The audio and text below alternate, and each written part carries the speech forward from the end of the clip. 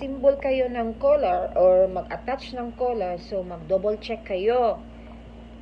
Yung blouse nyo na tinahit nyo, no, na symbol nyo ng shoulder, tapos sa sa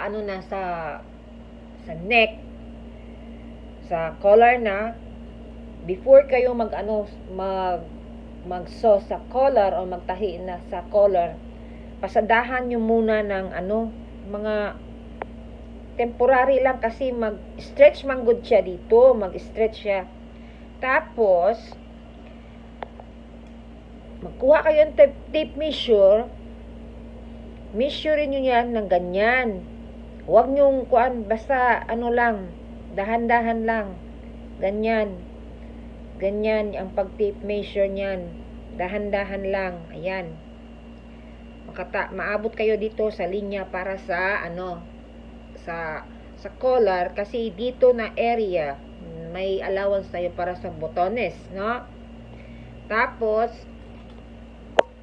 ito yung collar ng damit, i-attach nyo yan, tapos tupiin mo muna ganyan.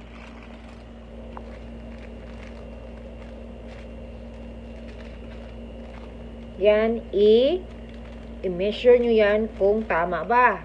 Sa akin ay tama. Pinapakita ko lang kung paano kayo mag-measure, magkuha sa collar area. Yan. Ayan ang collar, guys. Sinasimbol ko pa ito. Ayan.